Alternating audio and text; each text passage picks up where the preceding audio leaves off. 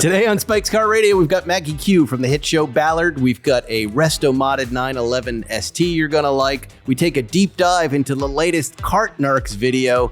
And guess what? The Tesla diner in Hollywood is a piece of shit. Not fair. Maybe it is. Here we are in Spike's Car Radio. Welcome to the show, everybody. We've got a great show for you. Maggie Q from the hit show Ballard is on. Oh, here we go. Hi. There she is. Hey. Wow, look at you. Hello. Where are you zooming in from? Honolulu? I am in Kona.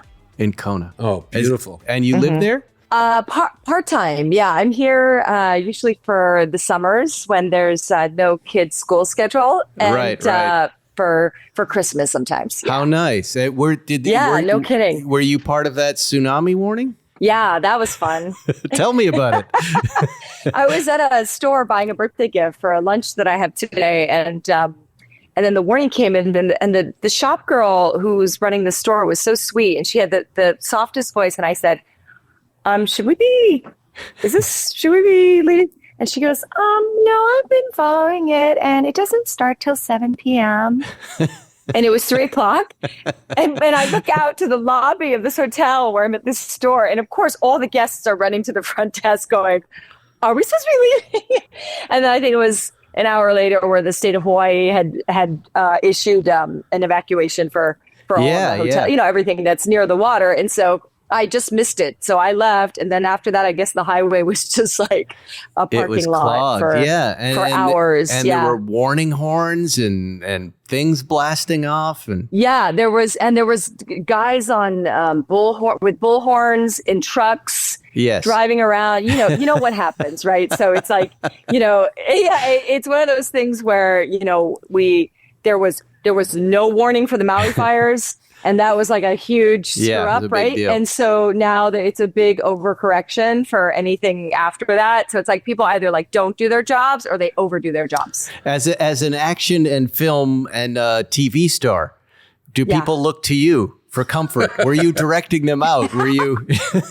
No, but I would have. And funnily enough, we actually went down to the beach club, sort of where we hang out, where we live, and we went down there to see if they needed help so we could help them move equipment to higher ground. And we were moving sort of everything up to the golf course. Wow. Well, thank you for coming on the show. I'm so excited about this.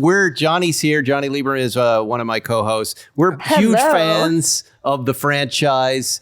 Yes, I heard. Michael Connolly fans of Titus, and now fans of yours. That's right. I blasted through your show in a week, and I'll be honest with you, Maggie, I was a little skeptical, and 2 episodes in, I was like, this is my new favorite thing. Oh, man, that makes me absolutely love it.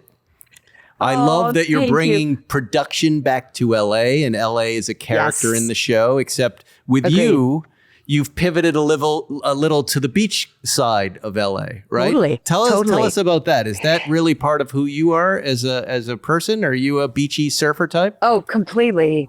Oh my gosh, completely. I've always lived on the west side. I mean, I've done stints sort of like on the other side of the 405, but they never really worked out. It's just better air, and I just love being near water always. But as you say, super important to bring production back to LA when the city is a character in the show.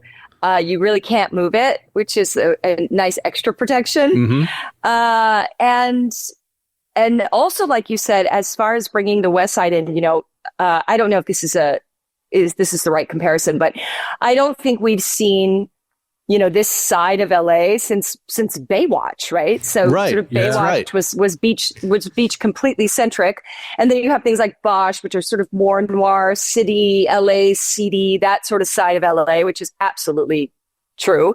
But then you don't have that show that shows both, right? The juxtapositioning of sort of like what you deal with in LA and also the beauty that's there, right? The geography, the natural beauty that LA has. And so I thought it was a very nice mixture to have her live in Malibu and to spotlight it in that way, as sort of like this is the family home. This is like where it's a trailer, but it's it brings Malibu into perspective a little bit, because Malibu is not all McMansions on the beach, right? Right. That's right. Yep. You have all kind of subsets of Malibu, and obviously, Malibu in the 60s and all that was really groovy and fun and really didn't attract people with money. It was really people, who were on road trips and surfers and hippies and all of that. So we wanted to bring a little bit of that back and that reality to what Malibu is like, because there's many different sides. Are you a surfer? When I saw you out in the water, I work in production and I'm a writer as well, aside from this car stuff.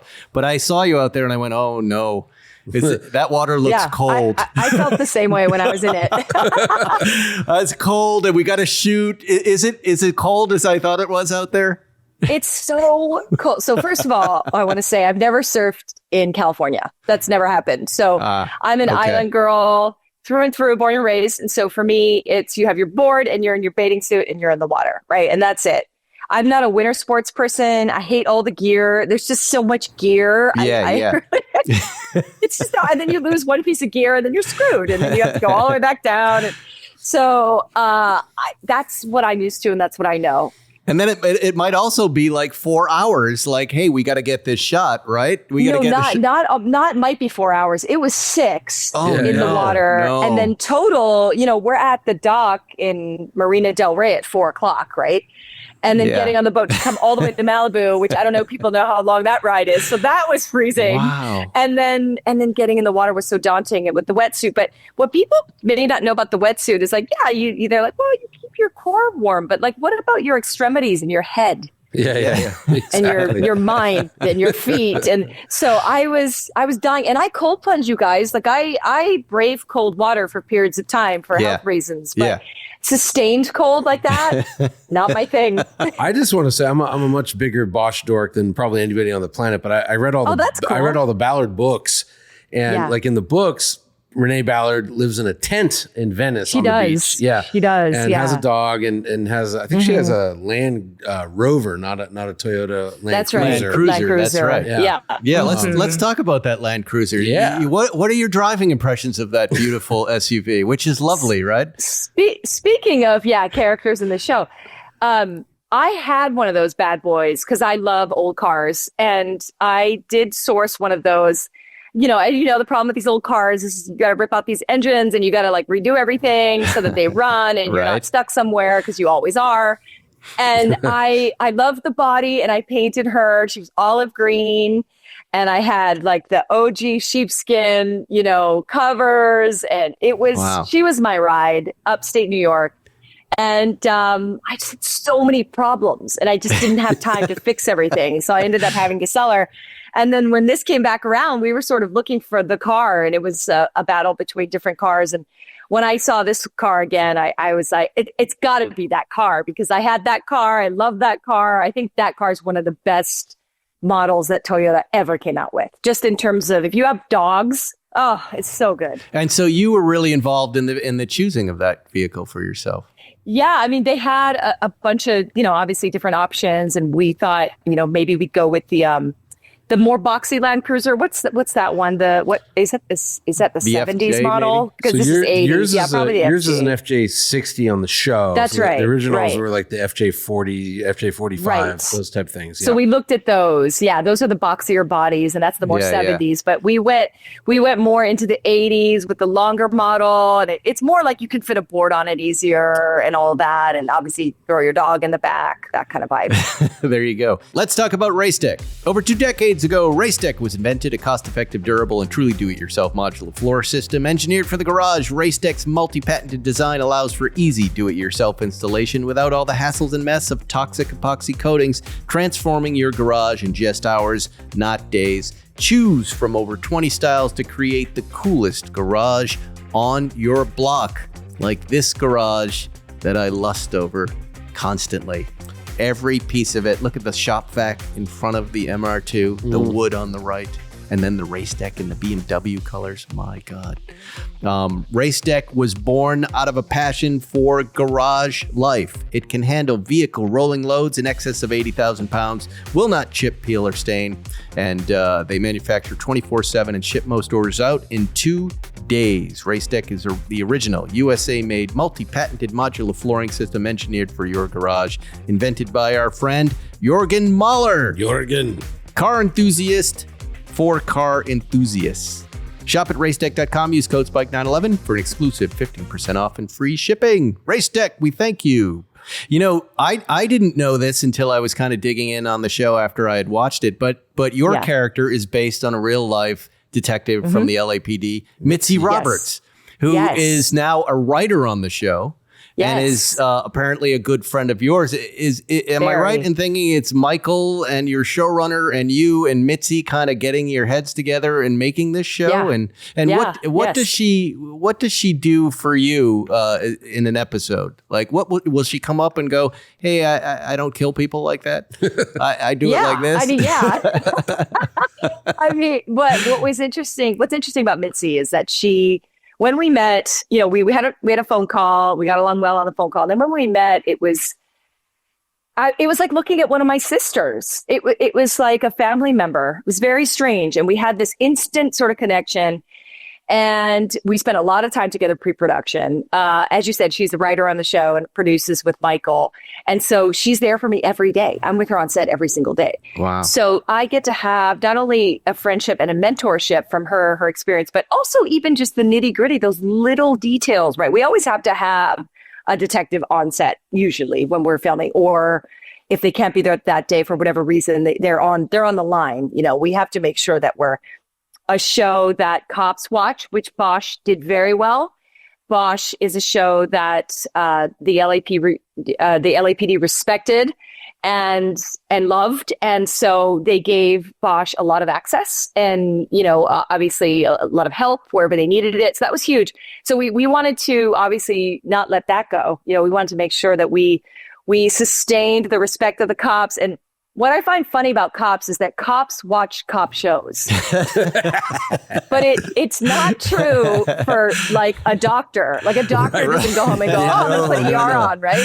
But I was just in New York promoting the show, and I had a security, and I had one of the head of security. He was a NYPD. He was a narcotics detective, and so I asked him. I said, "Do you guys really watch cop shows?" He goes, "Maggie, 12-hour shift. I get home. Cop show."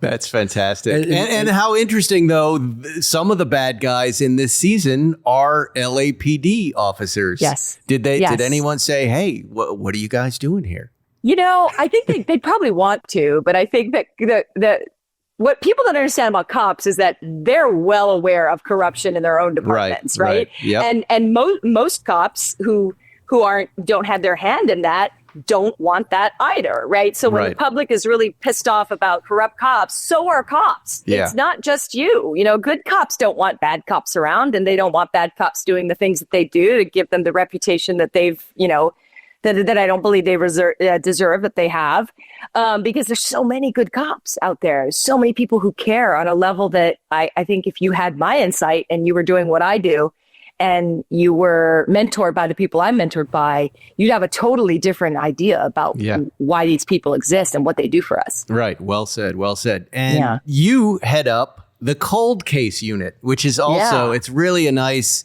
way to tell a story. You know, it's a bunch of old file boxes with unsolved mysteries. Well, you know, I was just going to say, Mitzi Roberts, like, she's not just any old detective. She's literally the head of LAPD cold case. Like she literally has the Black Dahlia files. She's the one. Wow. Yeah. And by the way, I went through those files. Oh, too. Nice. They're in a safe, for season two. For season two. Yeah, they're all handwritten. Ooh, wow, this guy's good. He's good. I read the book. Yeah, exactly. But the homicide library at the Amundsen, right in LA on the west side, has around 10,000 unsolved cases there. And they are exactly, I mean, we built it not to scale, but obviously our unit's a little smaller in the show, but it looks like that. You know, you're walking up and down aisles of just file boxes of unsolved mysteries. And there's some really high profile cases in there, Ennis Cosby on the shelves, O.J. Simpson, Nicole Brown Simpson's still on the shelves because no one was convicted. Oh, gee. Can you imagine? I was like, you gotta be kidding. Season 3. That'd be pretty good. I'm watching that. Let's write it right now. 2 minutes in. OJ did it. OJ did it. Well, now what are we doing for 10 other episodes? Really short. Yeah. I don't know what else we're doing. Season. It was Cato. Can I ask you, like, in the real cold cases, were they all murders? Like, is it 10,000 unsolved murders, or was there murders, homicides? They're all homicides. Yeah. Yeah, they're all homicides. Yeah. Wow. And thank you for bringing up that Mitzi's a badass, because she really is. You guys, you don't understand. The woman has tracked down 7 serial killers in her career. Wow. Okay, and one of the most notorious was Samuel Little, who she connected through cold cases. And so just having that, and I think now I understand, because Michael told me that obviously he had this fateful sort of lunch with her, and I think it was like 2016 or something, because he knew about her reputation and he decided, she was so interesting that he wanted to have lunch with her.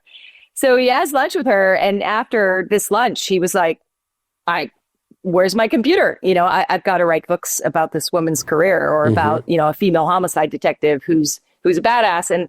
And so he did. I mean, it's so invaluable. Mitzi's so invaluable because, I asked her, why did you want to do this? Like, what was this? She said, I wanted to talk to serial killers. What I wanted to do. And that was what she said to herself. It's so scary. You're saying how many serial killers she tracked down? 7. So how many are left? A lot. Maggie, I doubt you remember, but I met you. It was the final night shooting of Bosch Legacy. It was in a historic Filipino town at that apartment complex, the final scene. Oh, yeah. That was lovely, with all the trash all over the street. Yes. Beautiful neighborhood. Hey. He was the stalkery guy you asked security to get rid of. Well, but I should remember you were like, hey, whoever this is, I was hanging keep with him Titus. at least 3 feet away from me. I was hanging with Titus, but I met you briefly, but I talked to Mitzi for a while, and oh, fun. She's the kind of person who would catch a serial killer. Like, you get that vibe. Right? Do not mess with her. Yeah. Like, did super you, tough. You're very physical in this show, and obviously you've done a lot of action films. Did you do any sort of training just for this? Like, definitely. You have a very kind of you have a new run, I noticed. Like Sure. And I had to pick a run, you guys. I had to pick a run. What did you base your run on? Well, I'll tell you exactly what I based my run on. It is nearly impossible to run with a shotgun. And so, you see this person, I'm going to talk in the third, you see this person running on screen with a shotgun. Yeah. And it just looks like, she's running with a shotgun. No. So shotguns are heavy as hell. Yes, they are. And they're also very awkward and bulky, and they're weighted on different ends. You have to run and keep a certain distance with your body. Otherwise, you're getting smacked in the face. And you guys, I can't even tell you. And on top of that, you have to look cool and tough. Right. Which is really hard to do. So, Mitz was like, hey, Mag, we got to meet up, because I got to get this shotgun in your hand, and we got to get you running so that you don't look, like a dork or an idiot, or somebody who doesn't know what they're doing. And then be able to land and really handle that gun in a way where it's just second nature. So detectives, I had to choose my weapon. So detectives have different weapons than other characters I've played. They tactically enter things differently. They move differently. And so, I did a lot of training. Mitz and I, on our own, we were meeting up. Production was calling and saying, call us and say, hey, Maggie's got all these training sessions. Has she done them? And my reps are like, not only has she done them, she's done more than them, and meets up with her every week.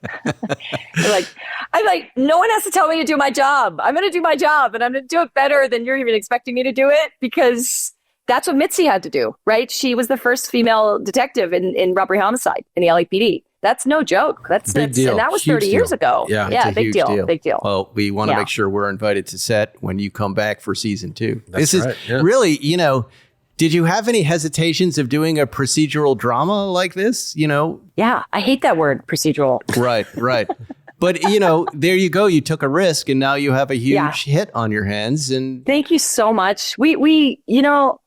I think what's funny is that when we spoke about the show and everything that we wanted to do with it, I just had this word elevate in my head. If I was going to do it, and if I can't elevate it, then I don't want to do it. Right. And similarly, when I read a character, if I feel that I can add value, then it's a consideration.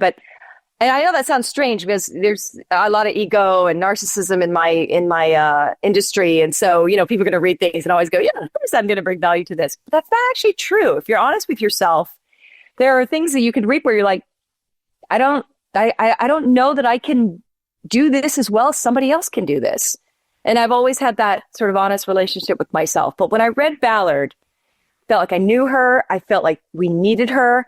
And I felt like I could do something with her that was more elevated than we've seen maybe from a female cop on TV before. Fantastic. Let's switch gears quickly before we let you go. Yeah. Mission Impossible 3.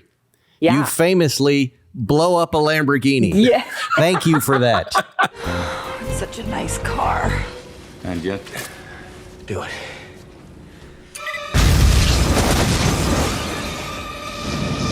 Did you really feel bad about blowing up the Lamborghini?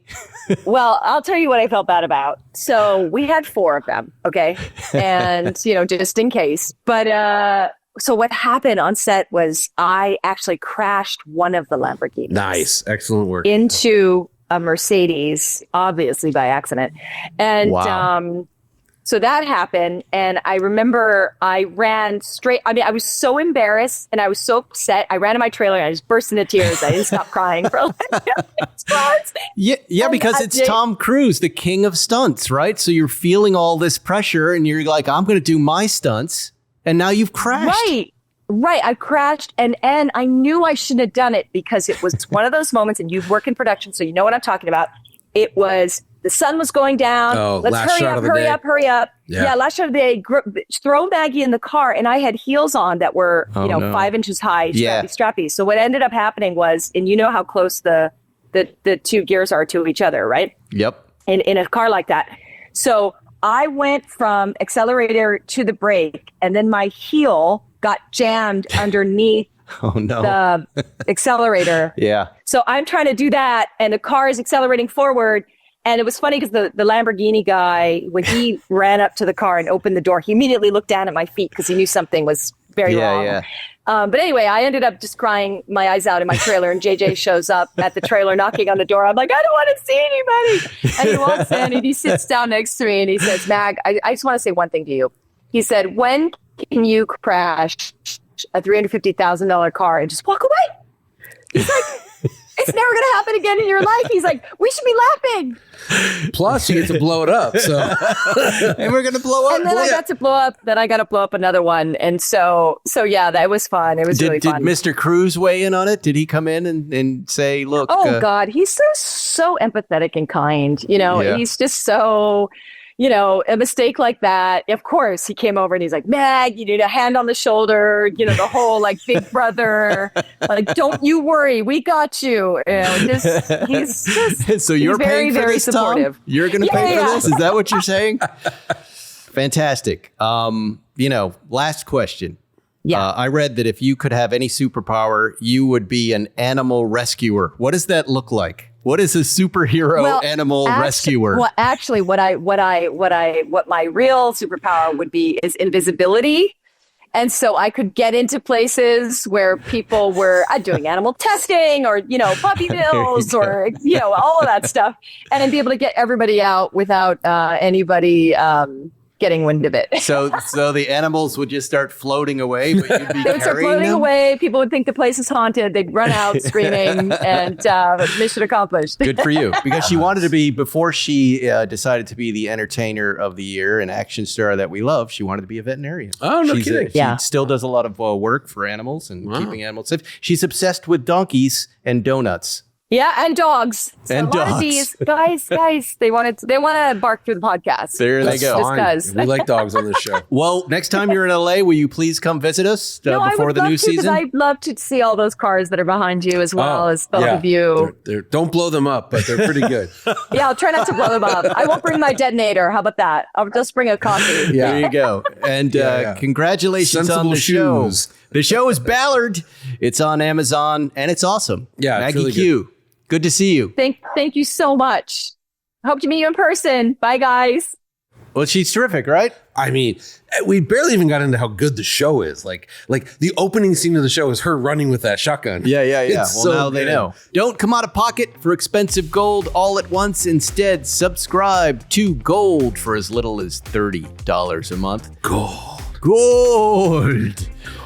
Here's how it works. Pay in every month until your gold stash reaches the price of Acre's gold bars. Then Acre discreetly ships to your home. Acre Gold has $50, $100, $250 per month options for larger gold bars. Acre is backed by the same team who funded Liquid Death Canned Water, and we know how big they are. Some customers have been subscribed for over 4 years.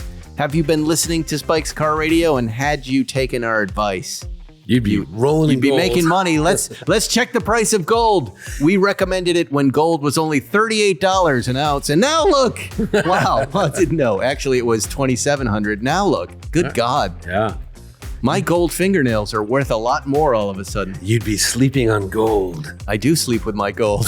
I'm not lying. I have the little gold Rolex box that I keep my gold fingernails in.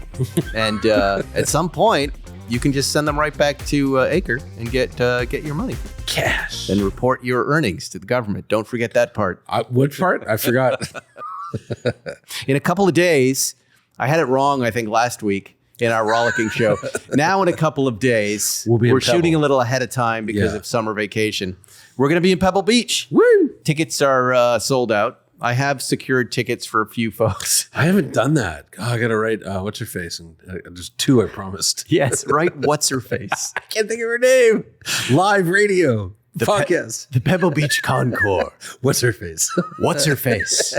Dear, what's her face? Cindy McGrain. Cindy. Who does a wonderful job the best. every year and makes a lot of money for these charities. And treats us as if we're like actual celebrities. She it's does. Really disarming. It's nice. She has no idea what we really are. But she doesn't see any difference between like me and Seinfeld. No. Which is really weird. And I heard a rumor that he's coming. Whoa. That's good. Because, we just put up the 5 faces from 20 years ago and say, here you go. We should actually try and get older photos for next year. They send them for me for approval, and I'm always doing 80 things. I go, yeah. It doesn't matter. Perfect. What's your face? It doesn't have whatever. It's a stupid Concours up there. It doesn't matter. Zuckerman in college. And then they put it out, and I go, oh, it did matter. It kind of mattered. Yeah. And it's Zuckerman in college. It's me from Car Matchmaker. It's Jerry from, I don't know, the 1980s. Yeah. Your picture kind of still looks like you. Mine's recent. I just had really long hair. We have to pull it up now that we're talking about it. Just go ahead and Google it. But, it's been a few years. We've been using the same photos. And there's a little disclaimer in it, and I don't know if you're buying tickets if you see it, but it says 3 of the 5 are guaranteed to show. There they are. Look at me. So I look like I'm wearing cartoon novelty glasses and a fake plastic nose. Yeah, what's with the nose? What? I don't know. It looks like. Have you had work done? That's just a bad picture, except for the 6263 Rolex, which is nice. Yeah, that is Zuckerman's high school graduation picture. Maddie looks like Matt. Matt's lost about 30 pounds since that photo, actually. Yeah. You look like you. Yeah. Jerry kind of looks like Jerry. Kind of, but also like, I don't know. He looks balder than normal in that photo. Hosted by me and Jerry Seinfeld. There it is. So, but Jerry said he's coming. So we're going to figure out a nice show up there. Awesome. Put together, have some fun, meet Always everybody. a good time. You always bring stuff to kind of, to sign. Do we have anything? Do you want to do it again? We can totally do it again. We should. I got to print them out. It's my favorite part. Everybody comes up and we sign things and take pictures. I can probably find that file and print them out again. I think I have some. I think I have some of the original, the illegal grouping. I'll look. See if you have it, and then it's just go to Kinko's and do it. It's not a big deal. Also, and I have stickers. I can pass out stickers. If you missed out on this, we're going to be on the East Coast at Audrain the first week of October. Tickets are on sale for that right now. Now that, I think, is not a show per se. We're doing a show, but I think you have to buy a ticket to the concours itself, and then you just get to come see our show. I have no idea. I've never been, but I'm excited to go. I haven't either. I'm really excited because I've always wondered. I've never been to Newport, Rhode Island, but I hear it's like literally the wealthiest place on earth, which is... It was. Yeah. It was during the Gilded Age. Yeah, it was like Great Gatsby. Yes. East Egg. Yeah. Yeah. We would always go there and you know, we lived in nearby. You'd go there and you'd hear those stories. But it always looked kind of deserted. Like it was just giant empty houses that were just too big. I'm fascinated. So I hear it's a great time. I know Matt Fair's been a bunch of times and just says wonderful things about the concours. And Donald Osborne is totally integral. No, he's been trying to get us there. I was going a couple years ago, and then the pandemic happened. It just got messy. But this is the best version of it so far. Yeah. It's going to be me. It's going to be you. It's going to be Zuckerman. Somehow we got Zuckerman to go. That's how. And we're there for a few days, hanging out and shaking hands. I can't wait. Looking at cars. Yeah, I'm excited about that too. That's going to be good. Let's talk about cars and bids. Our friend Doug DeMuro, tennis player Doug DeMuro. Tall guy. And Cars and Bids have been hosting enthusiast car auctions for 5 years now, and things have been getting interesting lately. They've expanded the classic cars, and there's more great stuff than ever. 911s, JDM classics, and cool one-off builds. A few of my recent favorites are a mint 1973 BMW 3.0 CSL Batmobile that sold for over $380,000, a 25,000-mile BMW Z8 in Topaz Blue that just hit 251. So they're bringing down some numbers there at Cars and Bids. These guys really sweat the details, whether you're browsing for your next fun ride or looking to sell something for your collection. They've got you covered. They write the listings. They help you nail the presentation and can even help you get professional quality photos with over 900,000 registered users and hundreds of live auction. Cars and Bids is the ultimate online auction site for cool cars, carsandbids.com. And Doug DeMuro texted me. He was looking for tickets to the show at Pebble Beach. Oh, really? For a friend of his, which I provided. Oh, nice. And then used it as an opportunity to ask about his tennis work. And is that match happening? I said I had heard that you were working exclusively on your backhand. And he said, how do you know that? Spies everywhere. That's what he said. Yeah. Spies everywhere. And I go, yeah. I didn't say who and I didn't say how, but I know what's going on. But are you going to actually play him? I don't want I don't know if I want that. There's pressure. He's half your age is the thing I'd worry about. I have heard from someone that I would beat him soundly and handily. Then you got to do it. But I have no interest in doing that. I have interest. And on any given day, sure, you can lose to anybody. And I don't know. I'm not up for the feud. I like Doug, and I don't really think of him in a competitive tennis way. And there's no upside, really, if you win. You get nothing out of it. Yeah. You beat Doug DeMuro in tennis. I know, exactly. But would I hit with him? Sure. Yeah. I'd hit up the middle with him and for an hour and have a little fun. I've been driving a really cool car, Johnny, that you saw when you came in. Yeah. And we're going to show it to everybody right now. It's the Makellos ST, a new build from our friends in San Diego. Lovely car. You know, as you recall, I was driving one of their other builds. They had a 930 that they gave me last time, that blue car. Also very nice. This car is based on a 1972 911T that was originally sepia brown.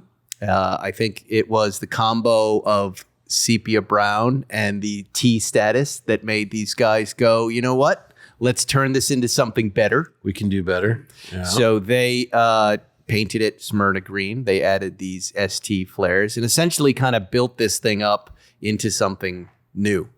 And, you know, whenever you do that, whenever you take a car like that and you build it up from new, you never know what you're going to get. Right.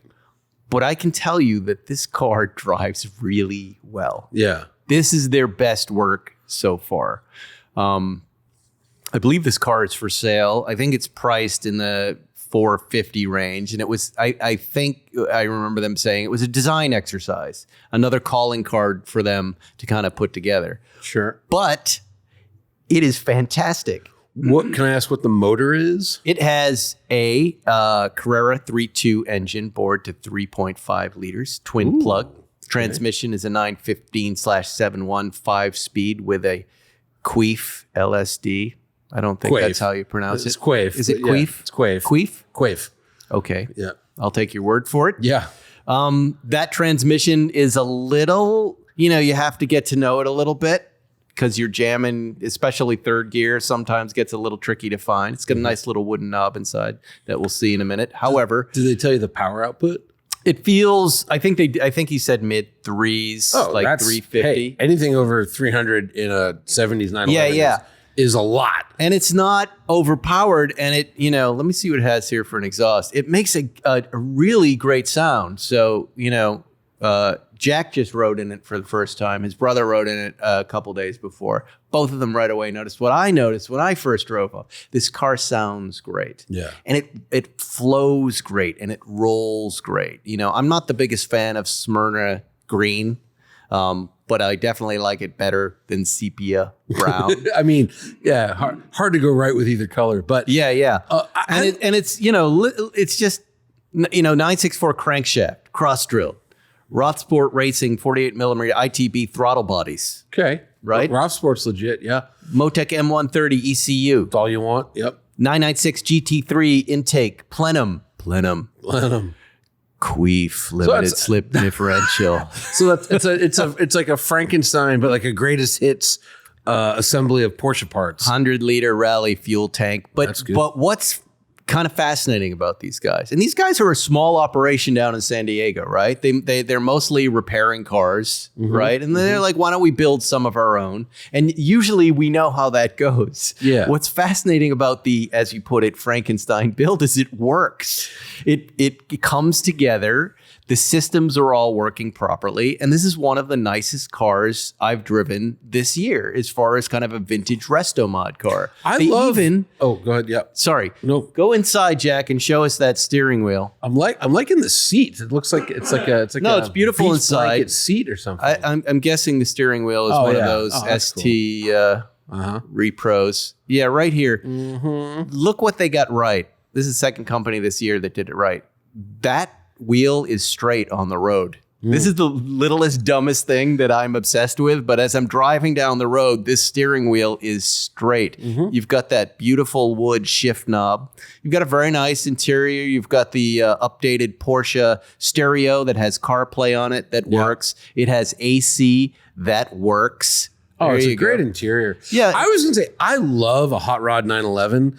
Everyone thinks, it's either Singer or nothing. Right. But like, dude, I've driven so many great, again, hot rodded 911s over the years where it's like, you just do a couple tweaks and like, you take something that, I don't know, in period made 160, 200 horsepower, you get it to 300 and it just becomes brilliant because the chassis was always there. The engine tech at the time wasn't quite there, and now it's pretty easy to do. And if the tires keep up, like they're so fun. They are if you get them right, and then if you don't do the work right, it's just a mess. It's a true Frankenstein build. Like to me, the word Frankenstein build is a mess. But I understand what you're saying. But what I meant more was like a greatest hits compilation of a handsome Frankenstein. Show us the engine, Jack. Pull the back and show that up. Oh, he knows how to open the engine. I'm impressed. Well, we did a little engine practice. Most 17-year-olds would be like Jack on the other end. He just came back from 30 days in the wilderness. With, looking scruffy. With bot flies, Jack. Is that what we're biting your neck?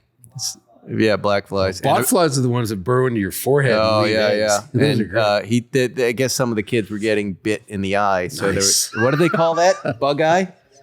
Yeah, bug eye Sprite, bug eye human. Excellent. There's your engine right there. Yeah, it looks good. Handsome, sounds good. Yep. This thing's really nice. And as you said, like if you're on the wait list for a Singer or you don't want to spend Singer money. Yeah. So by the way, Singer money is $1 million. That's right. And it's a minimum 2-year, probably a lot more wait list. Yeah. I would totally let these guys do a build. I mean, this is it's a ridiculous amount of money still at $450,000. But like you said, it's not $1 million. And this is a great car. This is a really nice idea. Yeah. And again, like $450, huge money, but you're getting what you want.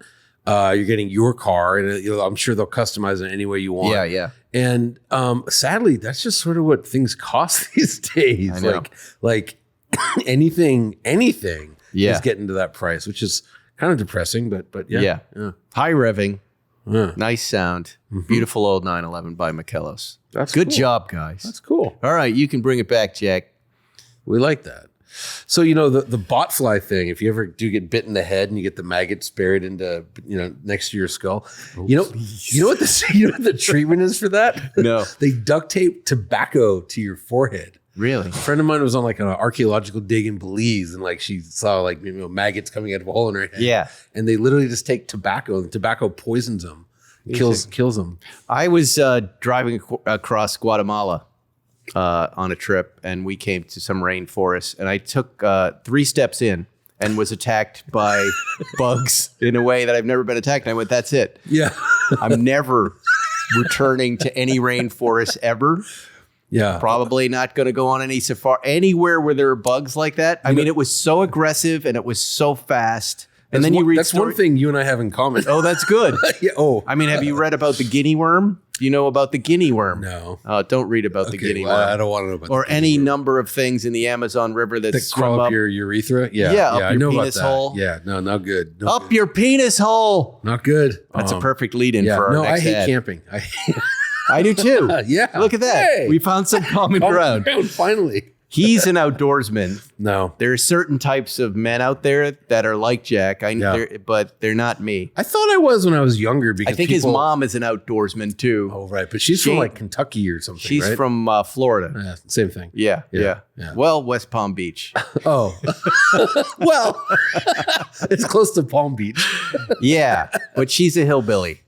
But James and I are just like you. We're just flushing toilets. Hey, that's I don't even want to hear the word glamping. No, it's a horrible word. What a terrible word. It's a terrible word. Yeah. I want to hear the word Four Seasons. I want to hear flushing toilet. Flushing toilet. Bidet. Shower. Yes. Bidet. Toto toilet. Yeah. Toto toilet. Yes, that's right. Is the mark of civilization. Look. Yeah. It's like you guys. He could use about 5 minutes on a Toto. He's like, you guys are lame. You guys have no man in you. That's fine. It's true. Imagine you're a business owner and has to rely on a dozen different software programs to run your company, none of which are connected, and each one is more expensive and more complicated than the last. It can be pretty stressful. Now imagine Odoo. Odoo has all the programs you'll ever need. And they're all connected on one simple, easy-to-use platform, giving you peace of mind that your business is always being taken care of from every angle. Odoo has user-friendly, open-sourced applications for everything. We're talking about CRM, accounting, inventory, manufacturing, marketing, HR, and everything in between. Basically, if your business needs it, Odoo's got it. Nice. Every time I see the word HR, I think about that lady at the Coldplay concert. I mean, don't you? She was the head of HR. The head of HR.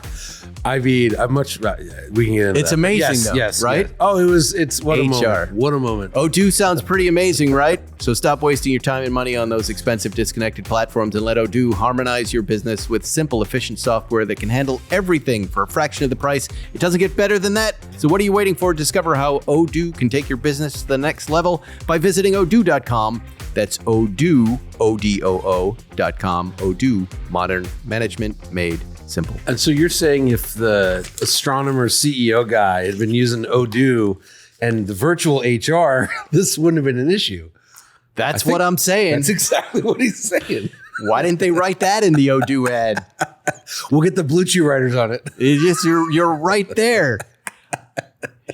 You don't want to end up like that guy? Get Odoo. It's over. I mean, they're all gone. That company, whatever the name of the company was, I think it was Astronomy. Did a really funny pivot with Gwyneth Paltrow. I saw that. Did you see that ad? Yeah. Really funny. It was good. We might as well try. Yeah.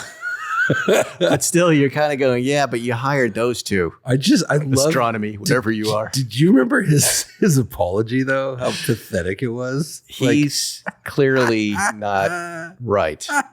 And then he quoted like the worst, dumbest Coldplay lyrics possible as justification for continuing on.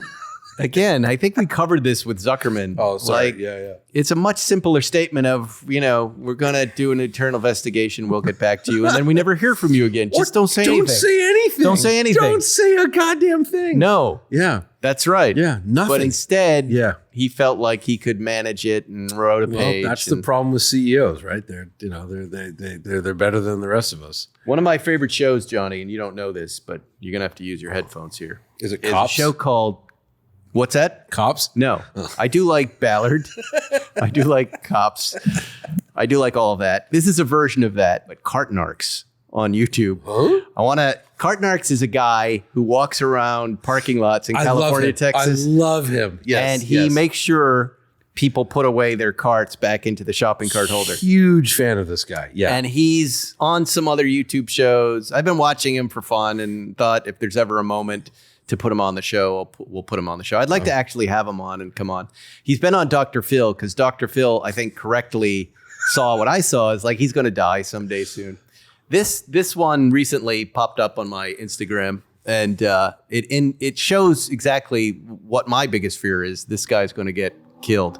Skeep wheel, weep, skeep weep, weep. That's not where the car goes, sir. Come on now. Said, you know the cars don't go there, sir. Agent Cordell here, Cart Narcs. Yeah, cart returns all over the place around here. Are you going to get it for me? No, sir, I'm a cart narc. I narc out people that don't get their carts. Oh, thank you. Yeah, let them know. Let them know I didn't put it back. Well, I'm going to let you know first. I'm giving you a chance to redeem yourself. Oh, no, I'm good. Why? How can you be good being a lazy bones? Sorry, man. I hope you have a good day. Well, I'm going to give you our bumper hood of... it's more of a service vehicle than a car. This is my company. This is my truck. Don't touch it. Well, this is just a magnet. Don't do it. Don't put that shit it's on my non-marking, sir. Don't put that shit on my phone. Well, let me you see what it says? Like,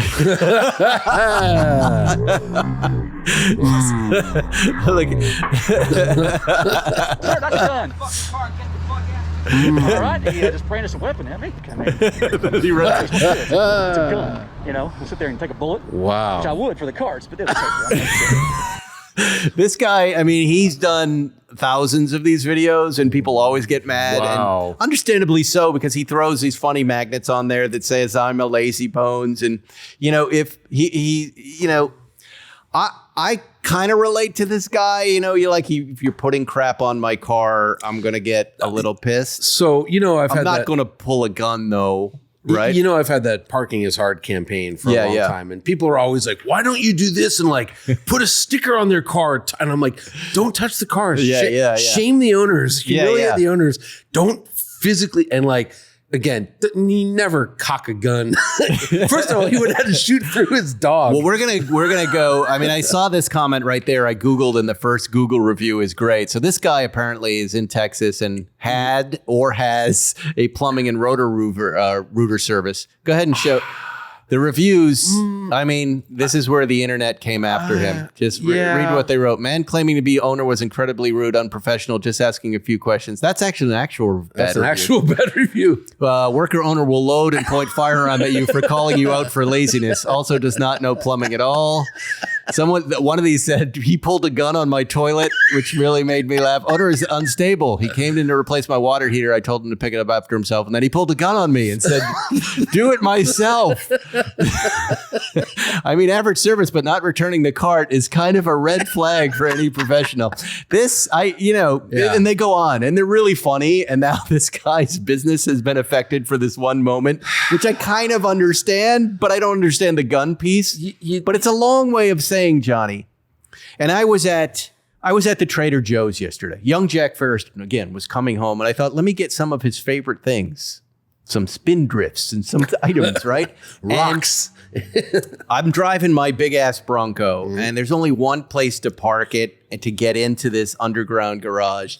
And when I get the cart back to the Bronco, I'm far away from the cart place. You got to return it. And I'm pushing, and it's been hard. You know, I've taken a couple calls, and I load up my stuff.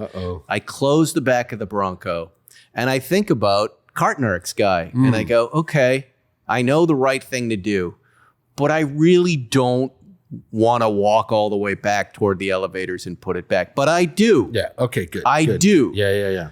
But the point of bringing it up is that moment is really kind of hard. And I think there are some folks out there that are just like, look, I'm tired. I just did a thing. And am I wrong? I mean, is it kind of understandable that they just leave them out there and there are people whose job it is to collect them? I've just always been a big believer in put the cart back. But I would say I'm also an equally big believer in don't touch anyone's car. Yeah. But I'm also a much bigger believer in don't threaten to murder someone over a magnet. Well, like if you got to get out of the car and hit the guy, fine. But like, What's with the guns? Like, I'm a big believer in comedy, so I love that he's generated everything that he's doing. Yeah. Forget about whether it's right or wrong. It makes me laugh every time when people are getting angry at him. He's great. And he's got such quick comebacks. Oh, he's so good at disarming people. Like, I don't think the old guys yell, I'm going to kick your ass. I don't think you can do that. He comes right back at them. He's great. Oh, you're using swears. Oh, you're using your big words. And he's like, wow. What was that? The Cart Narcs guy? Yeah, Cart. But I do. I return my cart because of Cart Narcs guy. Okay, so it's working. That's good. Again, like when I was doing it, there was a Trader Joe's employee coming out, coming to collect the cart. So I was going, well. You could have handed it off. I think that's fine to do the handoff. I'm trying to. This is how lame I am. I'm trying to impress the shopping cart person by going, look at me. I'm returning mine.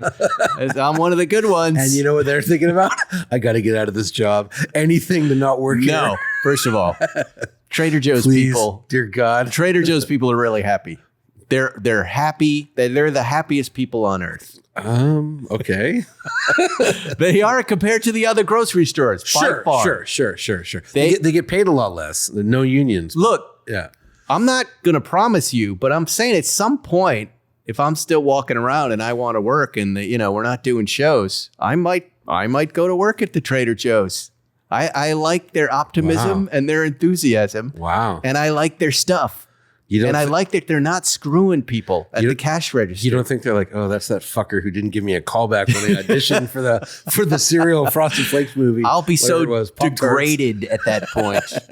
Okay. With a wig, or I'll be bald, and it Captain's won't matter. hat. Captain's hat. Hey, aren't you that soup Nazi guy? Let me tell you a story. I don't have time, actually. Can you just get my card out of the way? So actually, it'll be more like, oh, my parents really liked the soup Nazi. My grandparents thought it was great when it aired. What was that? It was television. There was a thing called never mind. You had to wait a week, and then like every Thursday at 8, you would tune in to a channel. What? See, I'm going to add this to my retirement plan in Florida. It's Trader Joe's in Florida. Are they there? I'm going to work for Trader Joe's in Florida. Okay. And Trader Joe's, I know you have a podcast, and I've said it. I'll come on. I want to come on and talk about my favorite Trader Joe's stuff.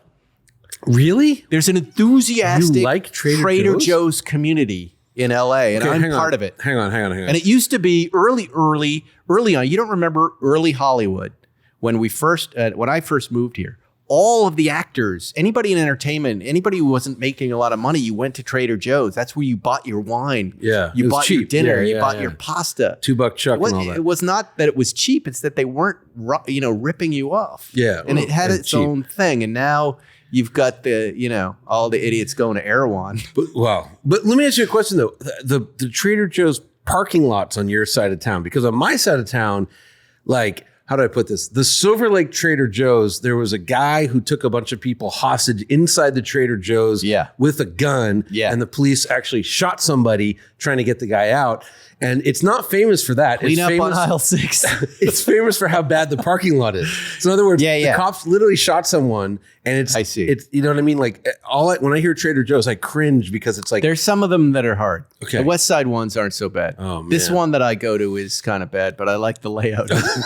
I'm telling you, I'm ready. I'm ready to do the Trader Joe's podcast. I've got an hour of material. We have nothing in common. Who are you? What do you mean? I hate Trader Joe's. I despise Trader Joe's. Really? Yeah. I don't want to be on your podcast. I don't like your food. I don't like your face.